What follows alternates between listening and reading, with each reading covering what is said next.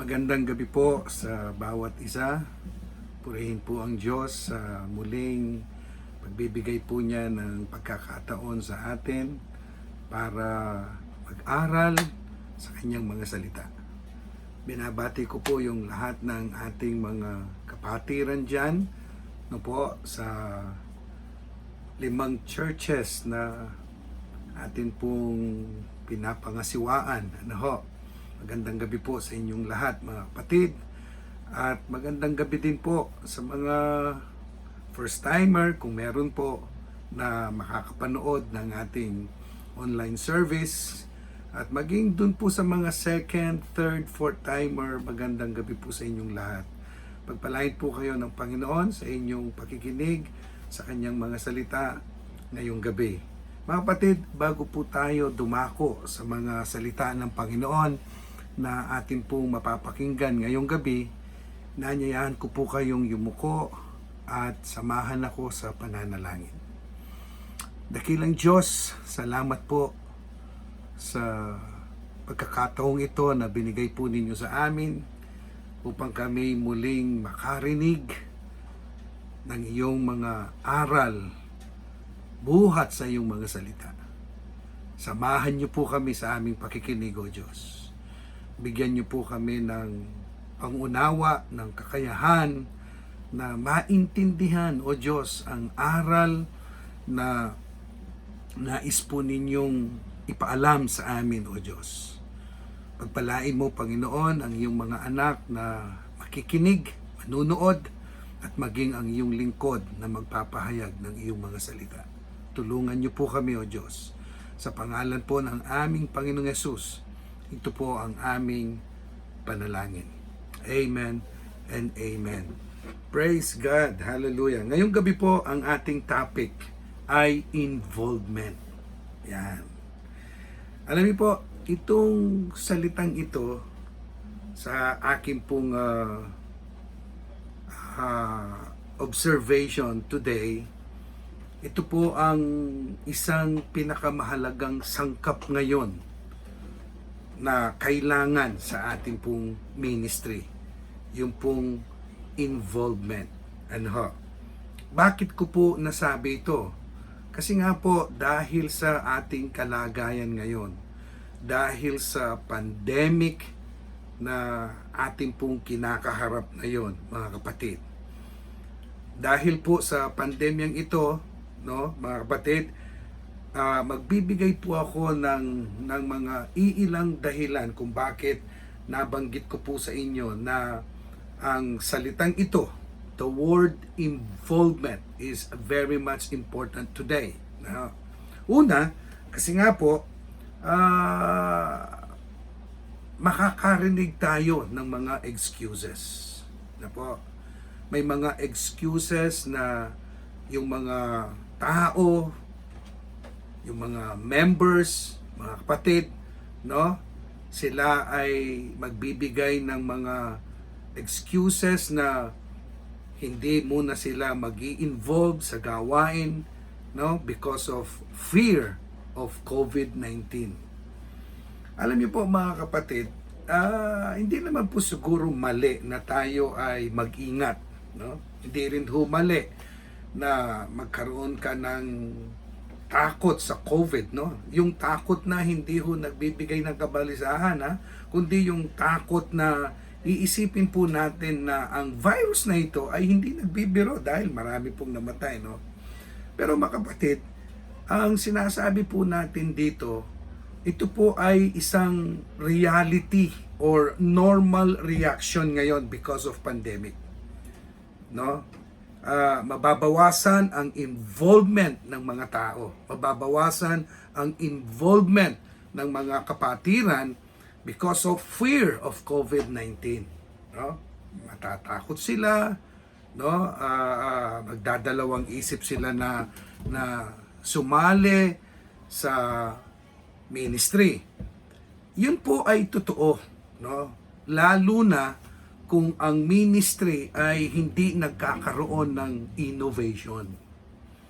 But in our case, my friends, palagay ko wala po kayong dapat ikatakot na mag-involve sa ating pong ministry. Bakit? Kasi lahat po ng innovation na kailangan gawin ay ginagawa natin.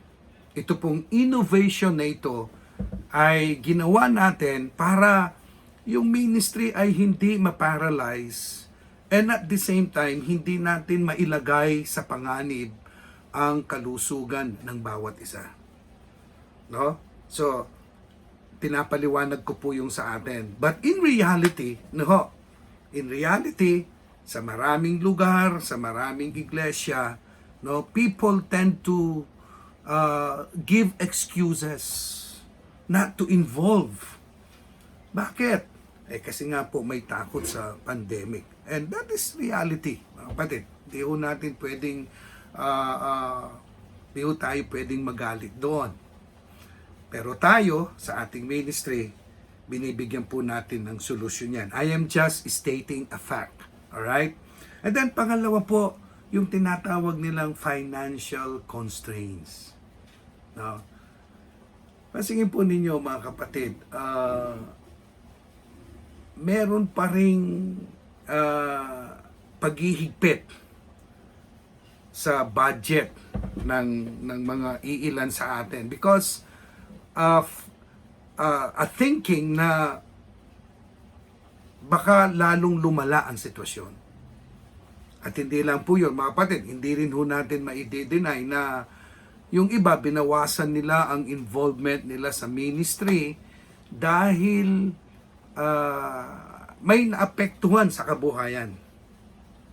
Po, alam niyo po, when a person, a Christian, no, is very much involved in the ministry, budget is always a concern. Meron po akong kakilala nung wala pong pandemic, napaka-active po niya sa ministry. Napakarami niyang tinutulungan. Pero nung dumating po ang pandemic, medyo nag-lay low po siya, tinignan niya yung kanyang budget, nag-slow down po siya. So, financial constraint will somehow, alright, give people a second thought on involvement. Yung tungkol sa financial, mga kapatid, magbibigay po ito ng kaisipan sa atin na huwag magpadalos-dalos, alright? At maging yung involvement sa ministry ay maaring apektuhan po ng bagay na ito. Alright? Another tendency na maapektuhan ang involvement ay yung tinatawag po nilang lack of strategy and innovation. Yun po yung pinapaliwanag ko dun sa una, no? It is a reality that people are afraid to involve, no? Natatakot silang mag-involve, natatakot silang lumabas, no? O natatakot silang gawin nila at pagpatuloy yung ministry dahil mapanganib nga naman at bawal lumabas na po. Pero sabi ko nga po sa inyo, tayo, ginagawa natin ng paraan yan. No? We strategize, we innovate. No?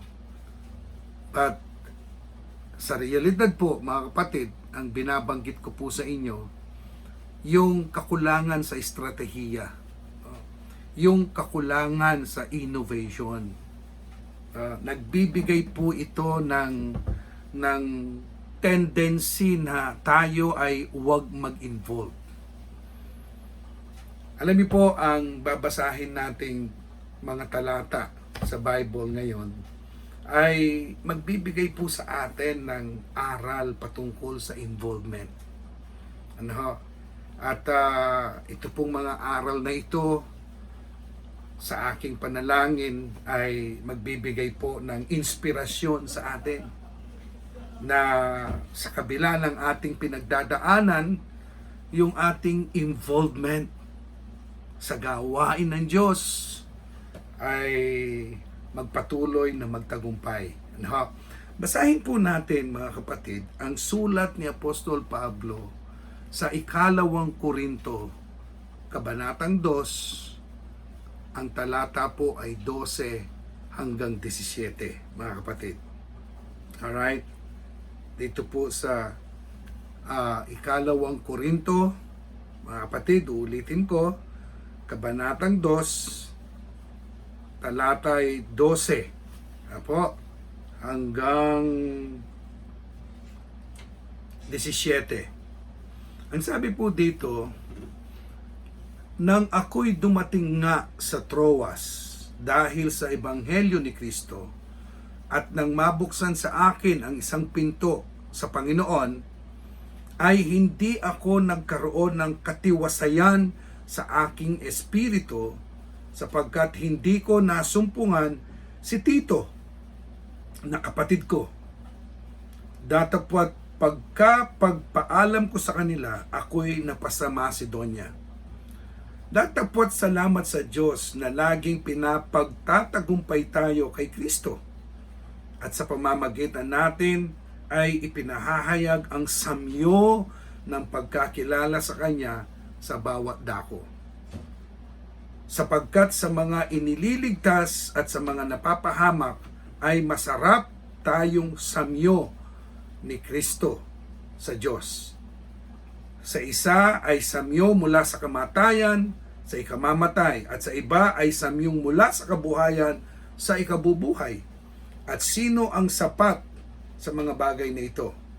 Sapagkat hindi kami gaya ng karamihan na kinakalakal ang salita ng Diyos, kundi sa pagtatapat at gaya ng mula sa Diyos, sa harapan ng Diyos, ay nagsasalita kami para kay Kristo. Pagpalain po ng Panginoon ang pagkabasa po natin sa kanyang mga salita. Alam niyo po, from verse 12 to 17 of chapter 2, binibigyan po tayo ng ideya, no, ni Apostol Pablo ng detalye ng kanyang ministeryo. At ito po mga detalyeng ito, mga kapatid, makikita natin kung gaano katindi yung hamon ng involvement na hinarap ng dakilang apostol ng Diyos. Bago ko po sabihin yung mga hamon na yon, nais kong tingnan natin yung mga binibigay na detalye ng sulat ni Pablo sa mga taga-Korinto, kung anong ministeryo na po ang tinanggap niya sa Panginoon. Una, makikita po natin doon sa mga binasa natin, kinilala po ni Apostol Pablo na yung ministry niya ay galing sa Diyos. Binanggit po niya doon sa mga talatang binasa natin na ang nagbukas ng ministry ay hindi siya. Ang nagbukas ng pinto ng ministry ay hindi siya.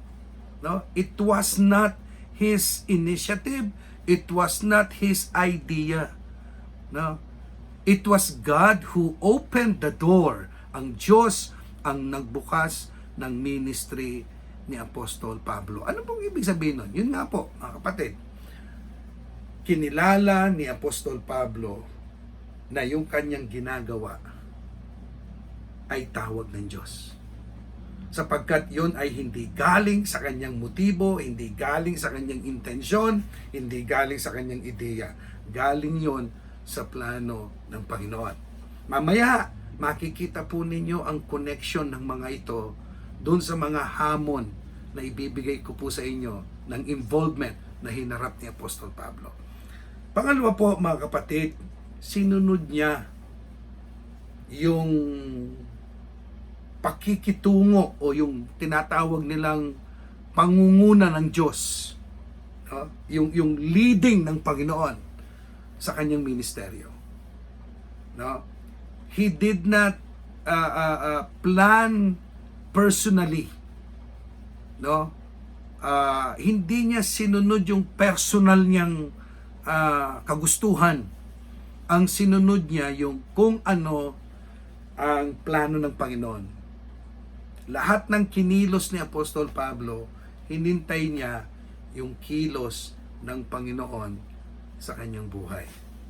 Yun ang matindi po sa kanya, mga kapatid. And then pangatlo, makikita po natin, after going to Troas, after going to one place, and then may binanggit po ang mga talatang binasa natin na pumunta na naman siya sa ibang lugar. At meron siyang pinagmalaki. Ano ang pinagmalaki niya? Yung kanyang pagbabahagi ng salita ng Diyos ay binilang niyang isang mabangong aroma para sa mga tao na kailangang makarinig dito. Ang sabi niya, tayo na nagdadala ng mensahe ng Diyos sa mga taong kailangang makarinig dito, tayo ay nagiging mabangong aroma ng Diyos para sa kanila. Sapagkat ang mga salita ng Diyos ay nagbibigay ng buhay para sa kanila. Napasingin po ninyo yung binigay na detalye nyo. Parang inilarawan ni Apostol Pablo, no? Kung ano yung ginagawa niya, kung ano yung kanyang ministry. Now, if you analyze these details that Paul provided na po for us sa kanyang ministry, makikita po natin ano yung mga hamon ng involvement na hinarap ng dakilang apostol. At naniniwala po ako, mga kapatid, ito po mga hamong ito or these challenges of involvement are the same challenges we face today. At sana, kagaya ng apostol, tayo po ay magtagumpay. Tayo magawa nating harapin itong mga hamong ito at tayo ay magtagumpay sa mga hamong ito. Una, ano po yung hamon na hinarap ni Apostol Pablo na binigay sa kanya nitong salitang ito, involvement? Yung pong salitang comfort. Comfort. Alam niyo po, bilang tao, no? Maiintindihan ninyo sapagkat this is common sa katangian ng tao. This is common. Ano po yun? Yung tayo ay unang titingin dun sa magaan. No? As much as possible, ang gusto nating gawin yung magaan. No? Only few people are up to dun sa challenges, no? ng mabibigat na bagay, no?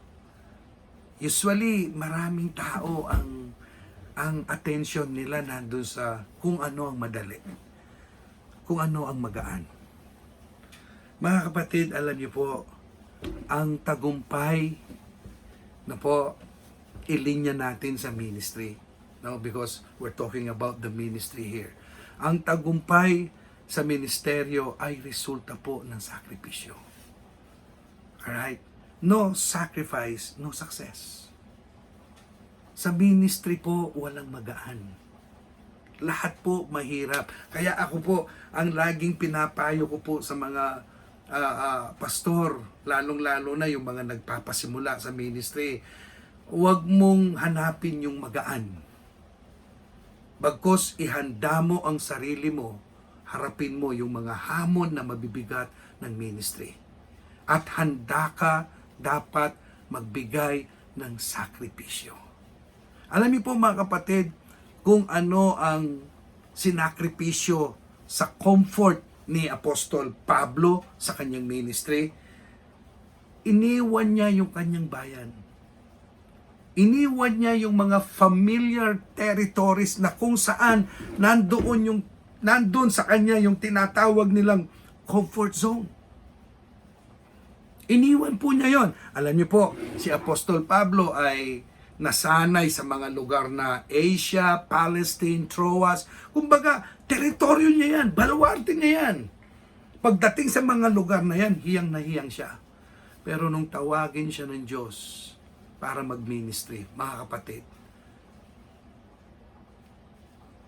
for him to involve in the ministry of God na inilalagay ng Diyos sa kanyang puso, he sacrificed his comfort zone. Sinakripisyo niya ang kanyang comfort zone, mga kapatid. Ang isa dito yung willing siyang pumunta dun sa mga lugar na hindi niya dating pinupuntahan, ni hindi niya alam kung anong klase yung mga tao doon, na wala siyang kakilala, pero pumunta siya. He left his comfort zone for him to get involved in the ministry where God is calling him. Sana ganyan po tayo, mga kapatid. Sana ganyan po tayo, no? Sabi ko po kanina sa inyo, ang isang importanteng sangkap ngayon ng ministry natin, lalo na sa kinakaharap nating pandemya, yung salitang involvement. At aaminin ko po sa inyo, mga kapatid, ang salitang ito ay may kalakip na hamon. Pag nag-involve ka, ang isang sakripisyong gagawin mo dyan, yung iyong comfort zone. Ito po, nilalarawan ito ng buhay ni Apostol Pablo sa atin ngayon. No? He was willing to follow God's direction even to the point na lalabas siya dun sa kanyang comfort zone. Mailagay lamang niya ang kanyang sarili dun sa ministry na kung saan tinatawag siya ng Panginoon. And that is involvement. That is involvement. Involvement dun sa plano at layunin ng Diyos sa kanyang ministry. Alam niyo po, tayo, no? Yan ang isang kakaharapin din natin o marahil kinakaharap na po ng marami sa atin. No? Yung bang sa ministry, pag nag-involve ka, mararanasan mo yung kailangan mong isakripisyo yung iyong comfort zone.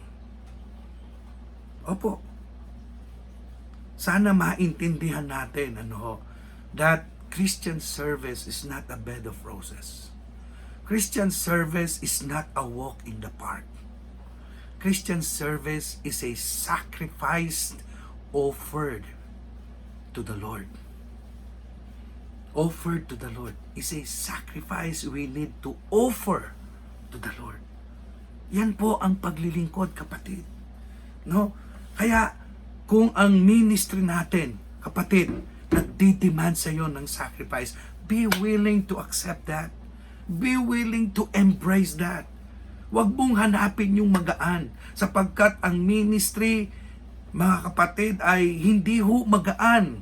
Ang pinangako ng Diyos, hindi pagiging magaan. Ang pinangako ng Diyos, yung kanyang presensya. Sasamahan tayo, magtatagumpay tayo, at siya ang magbibigay ng kakayahan. Siya ang magpapalakas sa atin. Pero hindi pinangako ng Diyos na ang lahat ay magiging easy. No? Kaya, kung sinasabi mong ayoko kasi gusto ko yung ministry na walang stress, wala akong ganon. Wala akong ganon. At kapag ka ikay nag-involve sa ministry ng Panginoon, one of the challenges that you will face is the challenge of comfort. Isipin mo, kung minsan pagod ka na, po, bigyan ko lang po kayo ng example. Ako po, maghapon ako sa ministry kahapon. Sa umaga, nagdala po ako ng relief sa Olongapo. And then, nakauwi po ako 1 p.m. in the afternoon. Nag-lunch lang kami ng presbyter na kasama ko. And then, pagkatapos ng lunch, may meeting na naman po kami. And then, after the meeting, may mentoring kami. And the mentoring lasted for how many hours, and then I ended up 9:30 p.m. Then nakauwi po ako ng bahay na siguro mga 11 na or magi-11. And I left the house that morning very early. Maghapon po yun. Kempong Kapampangan, pati hapon kong Gagarosa. Na po, napakasarap sanang mag-stay sa bahay, panoorin mo yung laban ng Lakers at Denver Nuggets. Pero merong gustong ipagawa sa iyo ang Panginoon eh. Ano ang gustong ipagawa sa iyo ng Diyos? Yung kanyang ministry. At ako bilang tinawag ng Diyos, kailangan kong ibahagi ang sarili ko dun sa ministry na yon. At hindi lang po ako, maging kayo mga kapatid, sapagkat lahat tayo ay tinawag ng Diyos para maglingkod. And we need to get involved. At kapag tayo po'y nag-involve mga kapatid, we must be willing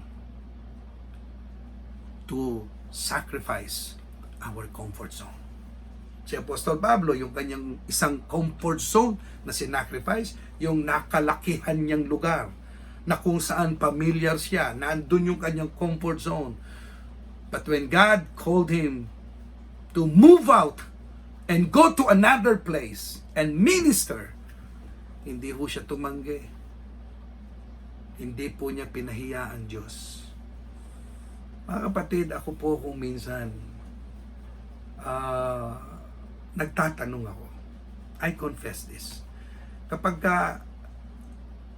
ako bilang pastor, merong mga kamanggagawa na inutusan ko na gawin ang bagay na ito. And then they beg off. At ang dahilan nila, ay pastor kasi busy po ako eh, marami po akong ginagawa. Ay kasi pastor, wala dyan ang linya ko. Ay hindi pastor, hindi yan ang gusto kong gawin eh, gusto ko ganito. Hindi yan ay yung parang gusto kong gawin na bagay.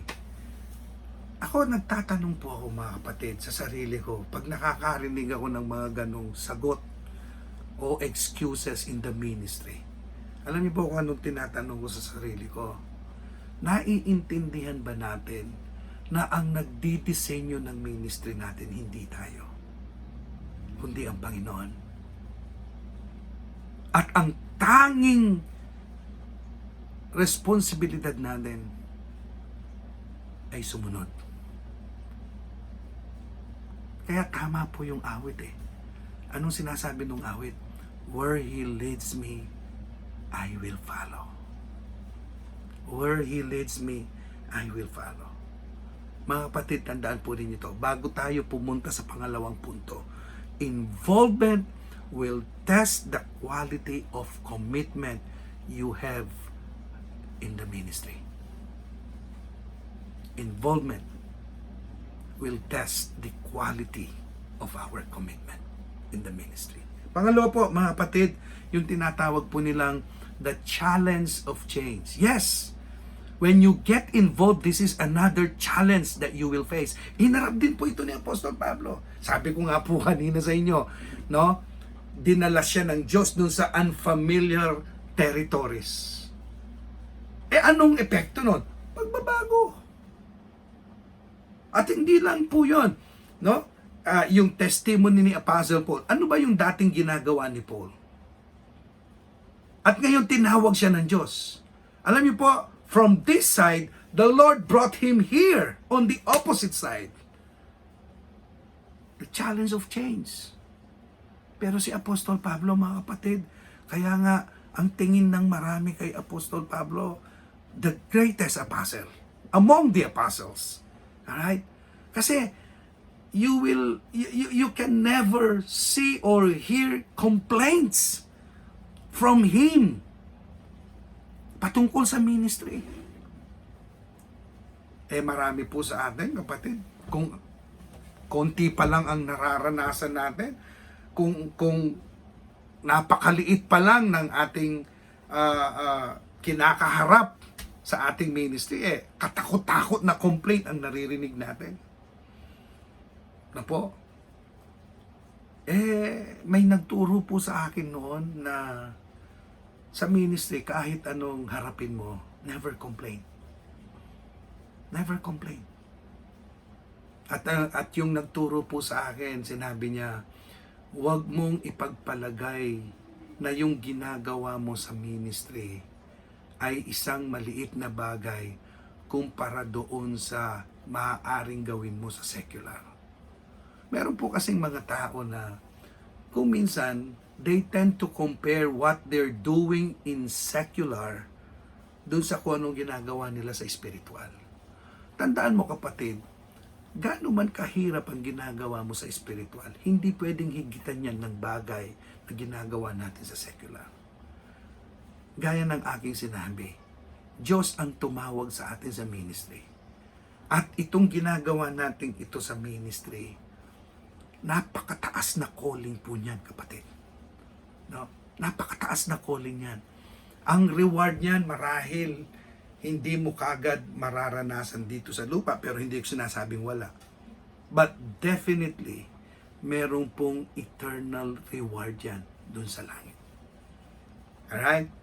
So, napakatindi po niyan.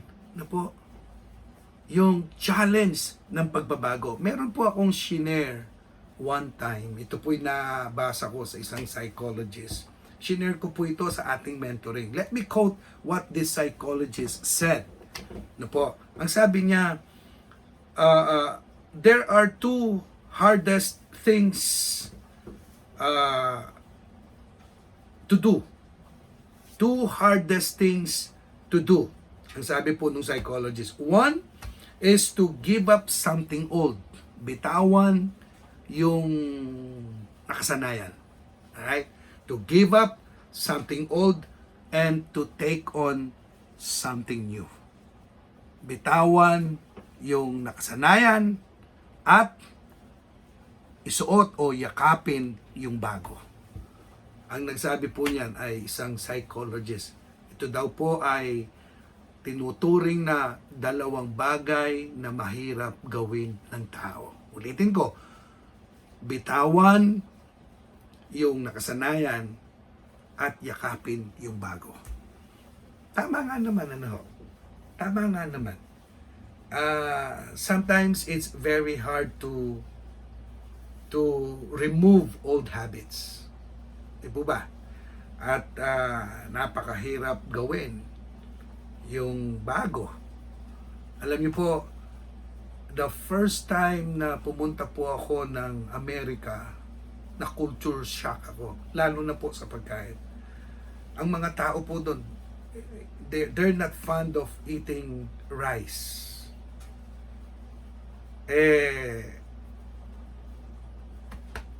Pagdating sa kanin, kapatid, dyan tayo sanay.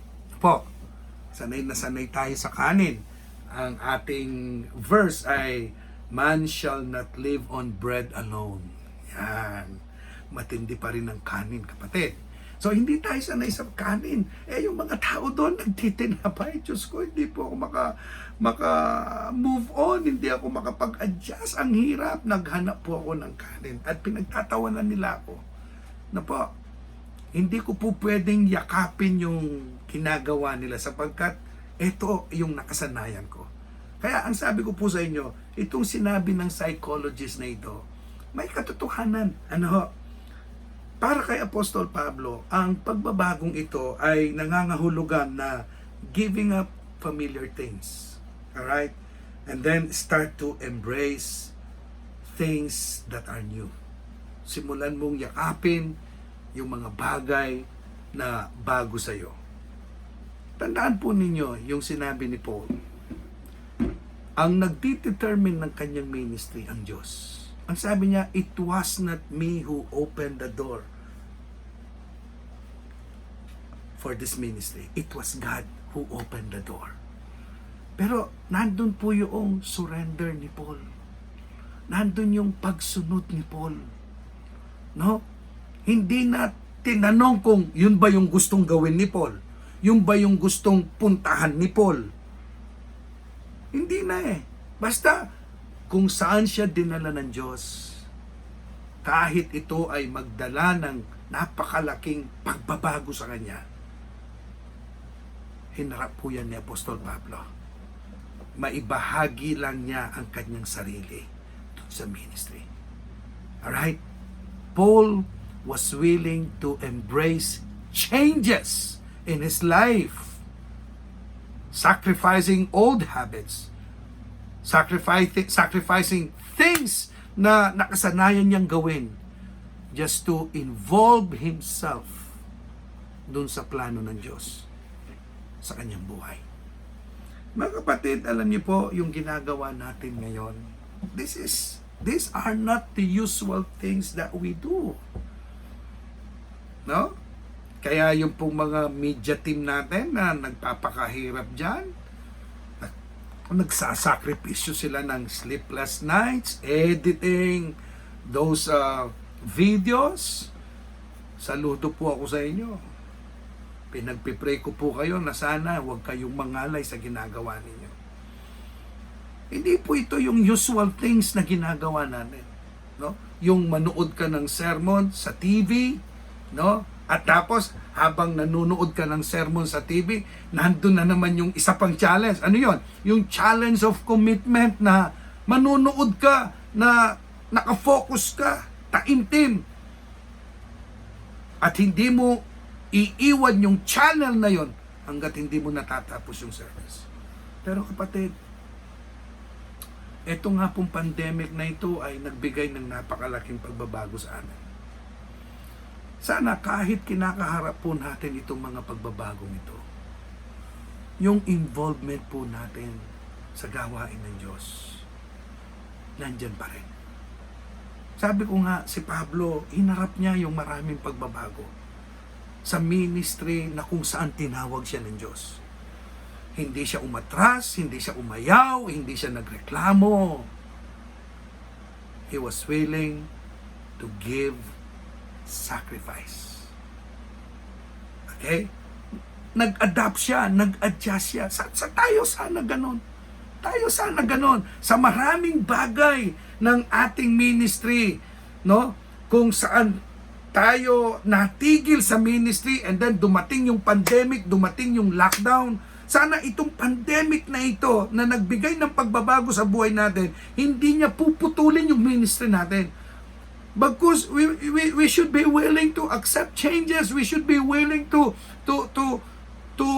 innovate so that we can continue doing the ministry the Lord have given to us. Sana po magpursige tayo. Alam ko po mahirap. Mahirap. Sabi ko nga po sa inyo, kinote ko sa inyo yung psychologist. 2 of the hardest things man may do in his life is to give up the old ones and to embrace the new ones. Sa ministry, ganyan din po. Dati, sanay ka, nagpapaawit ka na maraming tao. Naalala ko po yung isang komentaryo sa NBA.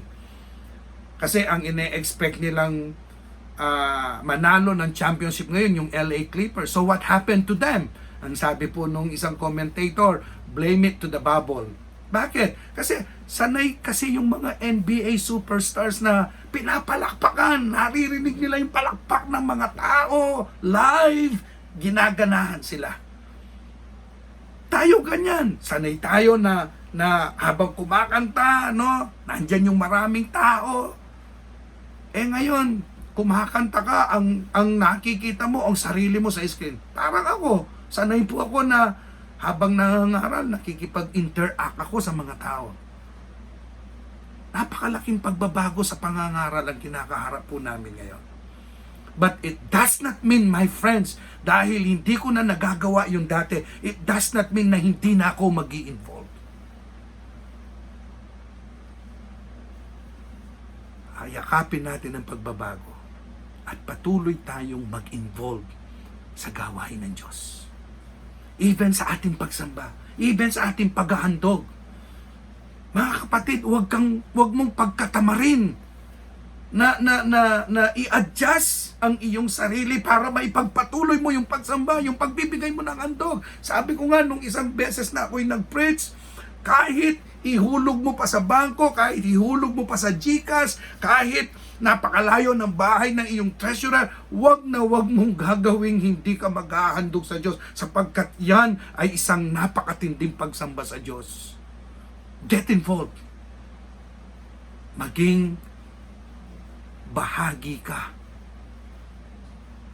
ng ministeryo ng Panginoon, mga kapatid. Amen? Pangatlo po, dito po ako magwawakas, the challenge of character. Yung involvement po natin sa ministry, ang isang hamon niyan sa atin, the challenge of character. Pasigin po ninyo na po, bibigyan ko po kayo ng observation na po dun sa paano kinilala ni Apostol Pablo yung mga bagay na ito sa ministry pinagkatiwala sa kanya ng Diyos o binigay ng Diyos sa kanya. Number one, kinilala niya that his adequacy in the ministry is from the Lord.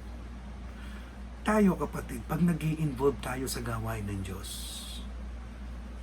huwag mong ibida sarili mo. Huwag mong ibida sarili mo.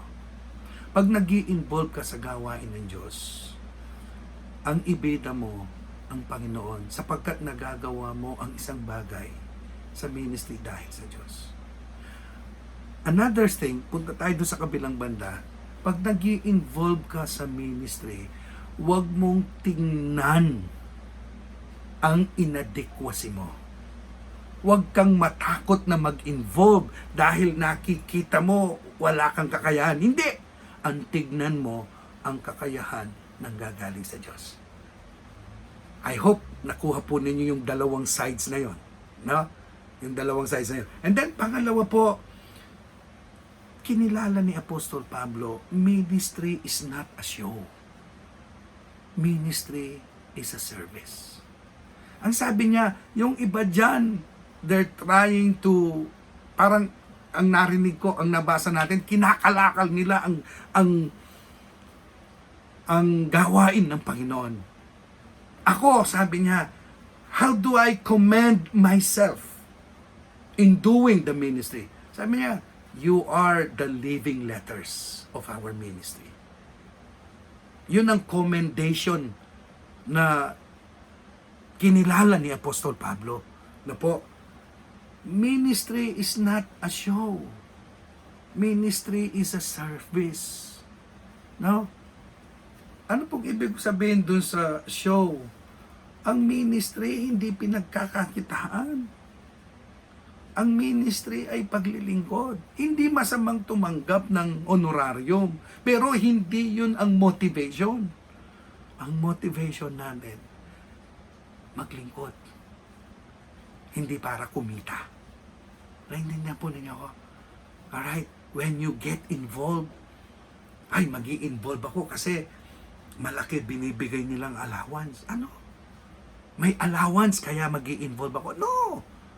Magi-involve ka kasi gusto mong maglingkod, kapatid. Amen?